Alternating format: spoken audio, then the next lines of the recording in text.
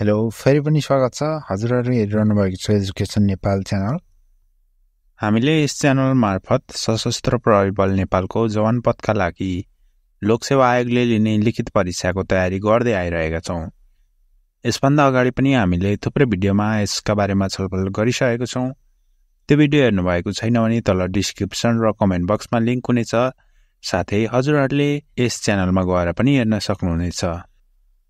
आज चाहिँ हामी विशेष गरी लोकसेवा आयोगले सोध्ने विषयगत प्रश्न अन्तर्गत जुन चाहिँ हाम्रो 70 अंकको हुन्छ त्यस प्रश्नको बारेमा छलफल गर्नेछौं, जुन नेपाली, अंग्रेजी र गणितबाट सोधिन्छन् र वस्तुगत तर्फ सेवा सम्बन्धीबाट 30 अंकको प्रश्न सोधेर जम्मा हाम्रो 100 पूर्णाङ्कको प्रश्नहरू आउँछ, जसको हामीले उत्तर लेख्नुपर्ने हुन्छ भने यसको समय 3 घण्टाको हुन्छ। यस भिडियोमा चाहिँ हामी विषयगत अन्तर्गत पर्ने 70 अंकको नेपाली, अंग्रेजी र गणितबाट कस्ता खालका प्रश्न आउँछन् त त्यसको बारेमा छलफल गर्नेछौं। आउनुस् ढिला नगरी आजको भिडियोलाई सुरु गरौं। खण्ड ख विषयगत नेपाली हजुरहरूको विषयगतमा 30 अंकको प्रश्न आउनेछ। प्रश्न कस्ता प्रकारका आउनेछ हजुरहरूले देख्न सक्नुहुनेछ। प्रश्न 1 मा निम्न अनुसार रहेको छ। तलको वाक्यबाट 2 वटा नाम शब्दको पहिचान गर्नुहोस्। यसमा 2 वटा नाम शब्दको पहिचान गर्नुपर्ने हुन्छ, जुन चाहिँ हाम्रो 2 अंकको हुन्छ। कमा रहेको छ। मानवता नै धर्म हो, हामीले कहिले पनि एक अर्कामाथि हिंसा गर्नु हुँदैन। यस वाक्यबाट हामीले 2 वटा नाम शब्द पहिचान गर्नुपर्ने हुन्छ। ती नाम शब्दहरू के हुन् त? हो, मानवता र हिंसा नाम शब्दहरू हुन्। त्यस्तै दोस्रो प्रश्नमा सर्वनाम भनेको के हो, यसको एउटा उदाहरण दिनुहोस्। सर्वनाम भनेको नामको सट्टामा प्रयोग हुने शब्दलाई सर्वनाम भनिन्छ। यसको एउटा उदाहरण म, हामी, ऊ, उनी, त, तपाई जस्ता शब्द सर्वनाम हुन्। त्यस्तै प्रश्न नम्बर 3 मा तलको खाली ठाउँमा उपयुक्त विशेषण शब्दको प्रयोग गरी वाक्य पूरा गर्नुहोस् भनेको छ। यसमा 2 वटा प्रश्न छन्। अमा रहेको छ। आज आकाश सफा भएको कारण डडडड देखिएको छ। आमा रहेको छ। नेपालीलाई माया गर्ने हामी सबै डडडड हौं।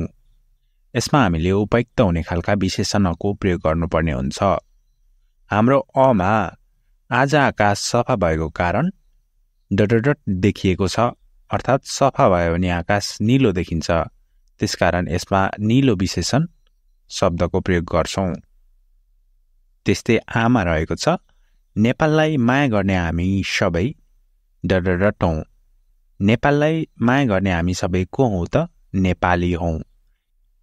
यसमा नेपाली विशेषण शब्दको प्रयोग गरिन्छ।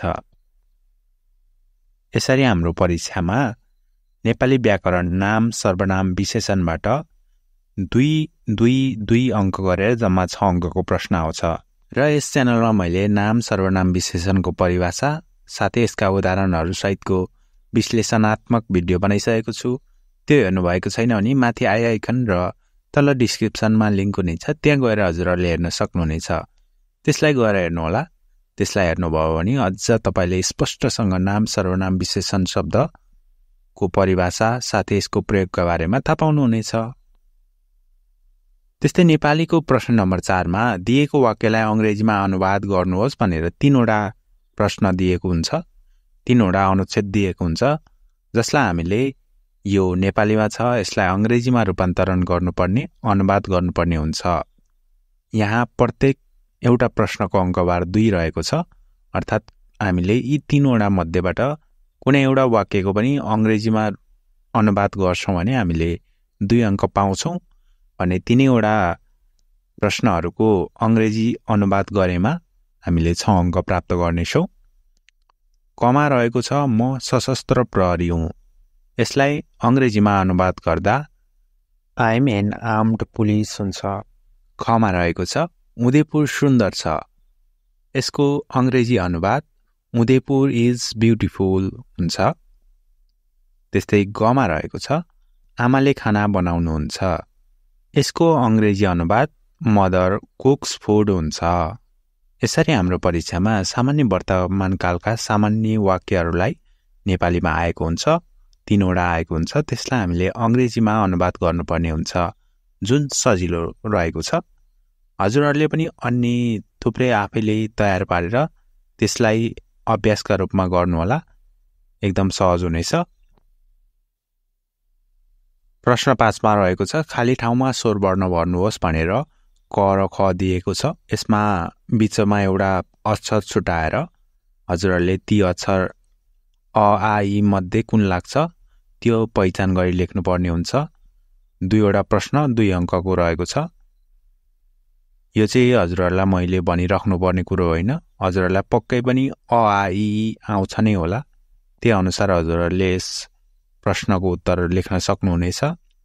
जस्तै अ पछि खाली ठाउँ छ, इ छ, इ पछि खाली ठाउँ छ, उ छ, अ पछि आ आउँछ, इ पछि इ आउँछ, दीर्घ इ आउँछ। त्यो चाहिँ हजुरहरूले पक्कै नै जान्नुहुनेछ।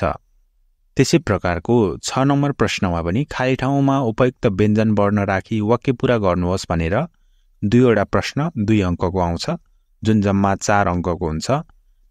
1 र 2 मा दिएको छ य डट र ड दिएको छ। यसमा हामीले 2 वटा उपयुक्त व्यञ्जन वर्ण जुन चाहिँ क देखि ग सम्मको खाली ठाउँमा उपयुक्त हुने खालका शब्दहरू हामीले यसमा लेख्नुपर्ने हुन्छ।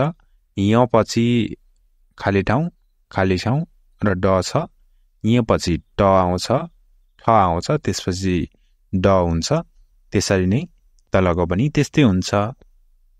पक्कै पनि क ख ग घ त हजुरहरूलाई राम्रोसँग नै आउँछ। यदि आउँदैन भने हजुरहरूले तयारी गर्न सक्नुहुनेछ क देखि ग सम्म। त्यसै प्रकारका सामान्य प्रश्न हाम्रो आउनेछ। त्यस्तै 7 नम्बर प्रश्नमा आमा शीर्षकमा एउटा निबन्ध लेख्नुहोस् भनेर हजुरहरूलाई 5 अङ्कको प्रश्न सोधिन्छ। हजुरहरूले यो आमा शीर्षकमा निबन्ध लेखे बापत 5 अङ्क प्राप्त गर्नुहुनेछ। मैले अगाडिको भिडियोमा निबन्ध लेख्ने तरिका सहितको एउटा भिडियो बनाएको छु, त्यो हेर्नु भएको छैन भने त्यसमा हेर्न सक्नुहुनेछ। त्यसमा भनिएको नियम अनुसार हजुरहरूले एउटा उपयुक्त खाले निबन्ध लेख्न सक्नुहुनेछ। त्यस्तै 8 नम्बर प्रश्नमा चिठी लेखन रहेको छ। तपाईँ दीपक नेपालले सशस्त्र प्रहरी जवानको रिक्त पदमा विज्ञापन खुलेको कारण दरखास्त फारम भर्नका लागि उदयपुर जिल्ला रौतामाई गाउँपालिका वार्ड नम्बर 2 बस्ने आफ्ना साथी सुनिल नेपालीलाई दरखास्त दिन अनुरोध गर्नका लागि लेख्ने चिठीको नमुना तयार पार्नुहोस् भनेर हजुरहरूलाई 5 अङ्कको प्रश्न आउने गर्दछ। पक्कै पनि मैले अगाडिको भिडियोमा हजुरहरूलाई चिठी लेखनको तरिका सिकाएको छु, त्यो भिडियो हेर्नुभएको छैन भने त्यसलाई गएर हेर्नुहोला। र यसमा हजुरहरूको नाम चाहिँ दीपक नेपाल हुनेछ। हजुर अर्थात् चिठी लेख्ने तपाईँ अहिले परीक्षा दिने व्यक्ति दीपक नेपाल तपाईँले आफ्नो नाम लेख्नुपर्ने हुन्छ। ठेगाना अब तपाईँको परीक्षा केन्द्र कहाँ रहेको छ त्यहाँको लेख्दा हुन्छ। जस्तै दिपायल छ भने दिपायल, सुर्खेत छ भने सुर्खेत, खोटाङ छ भने खोटाङ, त्यस्तो ठाउँ हजुरहरूको परीक्षा केन्द्र परेको ठाउँको ठेगाना राख्नुपर्ने हुन्छ। यस प्रकारको चिठी लेखनमा चाहिँ आफ्नो व्यक्तिगत ठेगाना नराखेर यो दिएको काल्पनिक नाम र ठेगाना साथै चिठी प्राप्त गर्ने व्यक्तिको पनि यस प्रश्नमा दिएको नाम र ठेगानाको प्रयोग गर्नुपर्ने हुन्छ। आफ्नो नाम र ठेगानाको प्रयोग गर्न आउँदैन। चिठी लेखनको सुरुवात हामी दाहिनेपट्टि मिति र आफ्नो ठेगानाबाट सुरुवात गर्छौँ। त्यसपछि साथीलाई लेख्ने भएको कारण हामीले यसमा सम्बोधन जनाउने शब्द प्यारो र अभिवादन शब्द मिठो सम्झना जस्ता शब्दको प्रयोग गर्छौँ। जस्तै प्यारो साथी सुनिल मिठो सम्झना भनेर हामीले अभिवादन जनाउने शब्द र सम्बोधन जनाउने शब्दको प्रयोग गरी चिठी लेख्ने गर्दछौँ। हामी चिठीलाई सामान्यतया 3 भागमा वर्गीकरण गरेर 3 खण्डमा वर्गीकरण गरेर लेख्ने गर्दछौँ, जुन मैले हजुरहरूलाई एकदम राम्रोसँग अघिल्लो भिडियोमा सिकाएको छु। चिठी लेखनको त्यो भिडियो हेर्न नछुटाउनु होला। साथै चिठी लेखन पछि हामीले एउटा खामको नमुना पनि तयार गर्नुपर्ने हुन्छ, जसमा प्रापक र प्रेषक भनेर हुन्छ, पठाउने र पाउने। त्यो पनि हजुरहरूले बनाउनु पर्ने हुन्छ। यसलाई हजुरहरूले पूर्ण रूपमा बनाउनु भयो भने 5 अङ्क प्राप्त गर्नुहुनेछ। त्यसकारण हजुरहरूले चिठी राम्रोसँग लेख्नु होला। हजुरहरूको धेरै नम्बर आउने भनेको यही चिठी लेखन र निबन्धमै हो।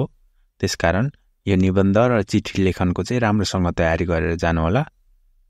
अरु भनेको सामान्य जस्तै हुन्। चिठी लेखन र निबन्ध चाहिँ एकदम महत्त्वपूर्ण छ, जसले 10 नम्बर क्यारी गरेको छ। हजुरहरूको यसमा धेरै गफ हान्ने कुरो अथवा जे पाए त्यही लेख्नुभन्दा छोटो लेख्ने उपयुक्त विशेष प्रकारले लेख्ने गर्नुपर्दछ, जसले गर्दा हजुरहरूको उत्तर पुस्तिका जाँच गर्ने व्यक्तिले सजिलै त्यसको उद्देश्य बुझुन्। यसरी हाम्रो लिखित परीक्षामा व्याकरणबाट 6 अङ्क, नेपालीलाई अङ्ग्रेजीमा अनुवाद गर्नेबाट 6 अङ्क, स्वर वर्णबाट 4 अङ्क, व्यञ्जन वर्णबाट 4 अङ्क, निबन्ध लेखनमा 5 अङ्क र चिठी लेखनमा 5 अङ्क गरेर जम्मा 30 अङ्कको प्रश्न आउँछ, जुन चाहिँ हजुरहरूको नेपालीबाट मात्र सोधिने 30 अङ्कका प्रश्नहरू हुन्। हजुरहरूले अगाडि हेर्नु नै भयो। यसरी 30 अङ्कको प्रश्नहरू निम्न अनुसार यसै प्रकारका आउने गर्दछन्। यसमा थोरै परिवर्तन हुन्छ। हजुरहरूले राम्रोसँग तयारी गर्नुहोला। अब लागौँ अङ्ग्रेजीतर्फ। इङ्ग्लिस 20 मार्कको जम्मा प्रश्नहरू आउने गर्दछन्। प्रश्न नम्बर 9 रहेको छ, फिल इन द ब्ल्याङ्क्स। यहाँ हजुरहरूलाई 3वटा प्रश्न दिएका हुन्छन्, जुनमा हामीले उपयुक्त आर्टिकल, नाउन, प्रनाउन जस्ता शब्दहरूको प्रयोग गर्नुपर्ने हुन्छ अङ्ग्रेजीका। प्रश्न 1, दिस इज ... एलिफेन्ट। यसमा 3वटा अप्सनहरू दिएका छ। अप्सन ए, एन र द। यसमा हामीले कुन ए, एन, द मध्ये कुन उपयुक्त यसमा शब्दको प्रयोग हुन्छ त्यो लेख्नुपर्ने हुन्छ। यी 3वटा आर्टिकल हुन्। यसमा हामीलाई थाहा छ ए, ई, आई, ओ, यु जस्ता भवल शब्दमा एन अप्सनको प्रयोग हुन्छ। दिस इज एन एलिफेन्ट यसको सही उत्तर हो। त्यस्तै दोस्रो प्रश्नमा Ram is a good boy, ... is very clever. यो चाहिँ प्रोनाउन हो। यहाँ राम पछि नामको शब्दमा प्रयोग हुने शब्द प्रोनाउन हो, नाउनको शब्दमा। त्यसकारण राम केटा भएको कारण यसमा ही प्रोनाउन शब्दको प्रयोग हुन्छ। Ram is a good boy, he is a very clever हुन्छ। तेस्रो प्रश्न रहेको छ, I go to school by ... अप्सनहरू 3वटा रहेका छन्। Go, slowly, bus. यसको उपयुक्त अप्सन चाहिँ बस हुन्छ। I go to school by bus यसको सही उत्तर। त्यस्तै अर्को, translate the following into Nepali भनेर 3वटा प्रश्न 2 अङ्कको सोधिन्छ, जम्मा 6 अङ्कको। पहिलो रहेको छ, आई इट फुड। म खाना खान्छु। She is an armed police officer. उनी सशस्त्र प्रहरी हुन्। Sita write a letter. सीताले चिठी लेख्छिन्। यसरी यसमा पनि सिम्पल प्रेजेन्ट टेन्स अर्थात् सामान्य वर्तमान कालका प्रश्नहरू आएका हुन्छन्, जुन चाहिँ हामीले नेपालीमा रूपान्तरण गर्दा पनि सामान्य वर्तमान कालमै हुन्छ, जसमा कर्ता, कर्म प्लस 6 को प्रयोग गरिन्छ। यस्तै प्रकारका सजिला प्रश्न जुन चाहिँ सिम्पल प्रेजेन्ट टेन्समा आउने भएको कारण हजुरहरूले पनि यस प्रकारको प्रश्न आफैले तयार गरी थप अध्ययन गर्न सक्नुहुनेछ, थप अभ्यास गर्नुहोला। यद्यपि हजुरहरूलाई अङ्ग्रेजीबाट नेपालीमा अनुवाद गर्दाखेरि अङ्ग्रेजी शब्दहरूको अर्थ थाहा पाउनु अति नै महत्त्वपूर्ण हुन्छ। त्यसकारण आफूले नजानेका सामान्य प्रकारका सामान्य बोलिने वर्तमान कालमा प्रयोग हुने खालका अङ्ग्रेजी वाक्यका अर्थहरू थाहा पाउने प्रयास गर्नुहोला। त्यस्तै अर्को प्रश्न रहेको छ, फिल इन द ब्ल्याङ्क्स भनेर। यसमा हजुरहरूलाई 2वटा प्रश्न दिएको छ, ए र बी।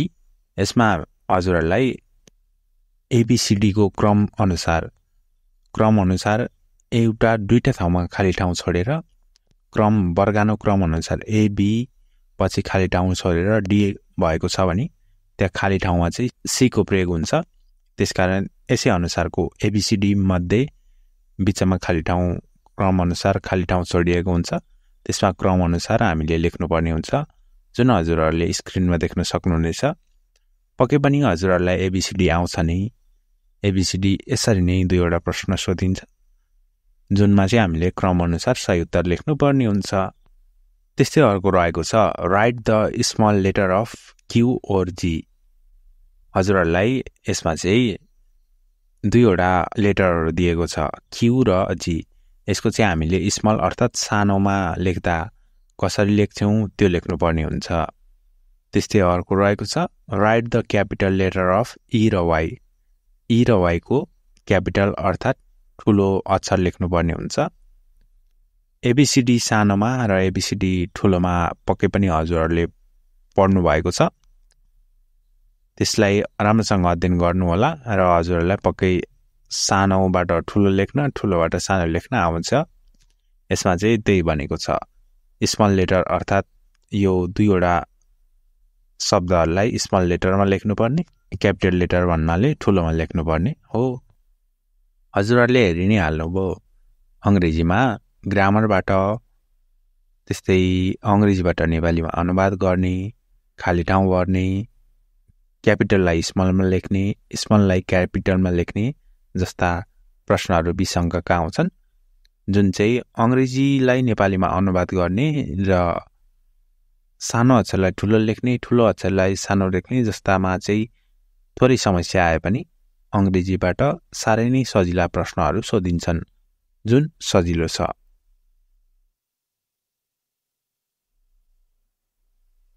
अब लागौँ गणिततर्फ। गणित म्याथमा हाम्रो 20 मार्की प्रश्न आउँछ, जुन चाहिँ निम्नानुसार रहेका छन्। गणितको पहिलो प्रश्न नम्बर 14, जोडा गर्नुहोस् अर्थात् जोडा मिलाउनुहोस् अर्थात् जोड गर्नुहोस् भनेर अमा दिएको छ। दीपकसँग 39वटा सुन्तला छ।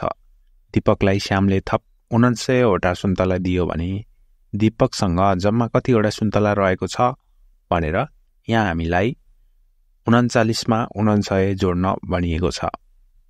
39मा 49 जोड्दा कति हुन्छ त हजुरलाई थाहा नै छ, जोड गर्न त पक्कै आउँछ। यसमा हजुरको जोड गर्नेमा 2वटा अङ्कको जोड, 3वटा अङ्कको जोड र 4वटा अङ्कको जोड गरेर जम्मा 3 प्रकारका जोडहरू आउँछ, जुन चाहिँ 1-1 अङ्कका प्रश्नहरू हुन्। एउटा मिलाए बापत हामीले 1 अङ्क प्राप्त गर्छौँ। 3टा प्रश्न रहेको छ। अर्को त्यस्तै 215मा 194 जोड्नु भनिएको छ। अर्कोमा 4521मा 1569 जोड्न भनिएको छ। जोड हजुरहरूलाई पक्कै नै आउँछ, सजिलै नै छ। गणितको दोस्रो प्रश्न नम्बर 2, घटाउ गर्नुहोस् भनिएको छ, अर्थात् घटाउनु पर्ने हुन्छ। कमा दिएको छ, सीतासँग रु 83 रुपैयाँ छ र उसले रु 25 रुपैयाँको 1 बोतल पानी किन्यो भने उसँग अहिले कति रुपियाँ रहेको होला भनेर हामीले 83 रुपैयाँमा 25 रुपियाँ घटायौँ भने यसको उत्तर पक्कै थाहा पाउनेछौँ। यसमा पनि त्यसै अनुसारको 2 अङ्कको घटाउ, 3 अङ्कको घटाउ र 4 अङ्कको घटाउ गरेर प्रश्नहरू आउँछ, जुन चाहिँ 1-1 अङ्कका प्रश्नहरू हो। पक्कै पनि हजुरहरूलाई घटाउ गर्न मैले सिकाइरहनुपर्छ जस्तो मलाई लाग्दैन। यदि कुनै समस्या आउँछ भने तल कमेन्ट बक्समा कमेन्ट गरिदिनु होला र यसको उत्तर पनि तल कमेन्ट बक्समा लेख्नु होला है त। त्यस्तै गणितकै तेस्रो प्रश्न नम्बर 16, गुणन गर्नुहोस् भनेर आउँछ। यसमा पनि 3वटा प्रश्न 1-1 अङ्कको आउँछ, जम्मा 3 अङ्कका प्रश्नहरू। यसमा पनि 1-1 अङ्कको गुणन, 2-2 अङ्कको गुणन र 3-3 अङ्कको गुणन आउने गर्दछ। गुणन गर्न पनि सजिलै रहेको छ, हजुरहरूलाई पक्कै गुणन गर्न पनि आउँछ। यो पनि हजुरहरूले सजिलैसँग गर्न सक्नुहुनेछ। साथै यसको उत्तर तल कमेन्ट बक्समा कमेन्ट गर्नु होला है त। त्यस्तै गणिततर्फको चौथो प्रश्न नम्बर 17, भाग गर्नुहोस्। हजुरहरूलाई भाग गर्न पनि 2 अङ्कको भागा, 3 अङ्कको भागा र 4 अङ्कको भागा गरेर 3वटा प्रश्न सोधिन्छ, जसमा प्रत्येक अङ्कको अङ्कबार 1 हुन्छ। 3वटा प्रश्नको अङ्कबार 3 रहेको हुन्छ। यो पनि एकदम सजिलो रहेको छ, भागा गर्न पक्कै आउँछ हजुरहरूलाई। यस प्रकारले भाग गर्न पनि मैले सिकाउनु पर्छ जस्तो मलाई लाग्दैन, तर कतिपय व्यक्तिहरूलाई यो पनि असहज हुन सक्छ। यदि हजुरहरूलाई 2 अङ्कको 3 अङ्कको गुणन र भागा गर्नमा केही समस्या हुन्छ भने यसका बारेमा विस्तृत चर्चा गरेको भिडियो चाहिन्छ भने तल कमेन्ट बक्समा भिडियो चाहियो भनेर कमेन्ट गर्नुहोला। म पक्कै पनि हजुरहरूको लागि एउटा सुरुवातदेखि कसरी 2 अङ्कको 3 अङ्कको भागा गुणन कसरी गर्ने भन्ने बारेमा भिडियो पक्कै ल्याउनेछु। त्यस्तै गणितकै अर्को प्रश्न नम्बर 18 तल दिएको अङ्कलाई अक्षरमा लेख्नुहोस् भनिएको छ। यसमा अङ्क दिएको छ जुन चाहिँ 3वटा प्रश्न छ। प्रत्येक प्रश्नको अङ्कभार 1 हुन्छ। हामीले 3वटा प्रश्न लेख्यौँ भने यसको हामीले 3 अङ्क प्राप्त गर्नेछौँ। यी अङ्कलाई चाहिँ हामीले अक्षरमा लेख्नुपर्ने हुन्छ। हामीलाई थाहा छ अक्षरमा लेख्दा हामी 0 लेख्दैनौँ, त्यसकारण 1 को 302 लाई अक्षरमा लेख्दा 302 भनेर लेख्छौँ, न कि हामी 302 भनेर होइन, 302 भनेर अक्षरमा लेख्ने गर्दछौँ। त्यस्तै बी लाई 1212 भनेर लेख्छौँ। त्यस्तै सी लाई 30012 भनेर लेख्छौँ। अक्षरमा लेख्दाखेरि 0 भनेर लेख्नु पर्दैन। त्यस्तै गणितको अर्को प्रश्न नम्बर 19 तल दिएको अक्षरलाई अङ्कमा लेख्नुहोस् भनेर 3वटा प्रश्न सोधिएको छ। कमा रहेको छ 256, खमा रहेको छ 6745, गमा रहेको छ 19109। पक्कै पनि हजुरहरूलाई अक्षरबाट अङ्कमा लेख्न आउने नै छ। त्यस्तै अर्को प्रश्न क्रममा आउने अङ्कले खाली ठाउँ भर्नुहोस् भनेर यसरी क्रम अनुसार 55 56 चाहिँ खाली ठाउँ छ। यसमा खाली ठाउँमा हामीले 56 पछि के आउँछ 57 आउँछ, 57 लेख्नुपर्छ। त्यस्तै बीमा 208 209 अब खाली ठाउँ छ, 211 212 छ, 209 पछि 210 आउँछ, त्यसकारण हामीले खाली ठाउँमा 210 लेख्नुपर्ने हुन्छ। यसरी हाम्रो परीक्षामा गणितबाट गुणन गर्ने, भाग गर्ने, जोड गर्ने, घटाउ गर्ने, अङ्कलाई अक्षरमा लेख्ने, अक्षरलाई अङ्कमा लेख्ने, वर्गानुक्रम अनुसार खाली ठाउँ भर्ने जस्ता 20 अङ्कका प्रश्नहरू सोध्दछन्।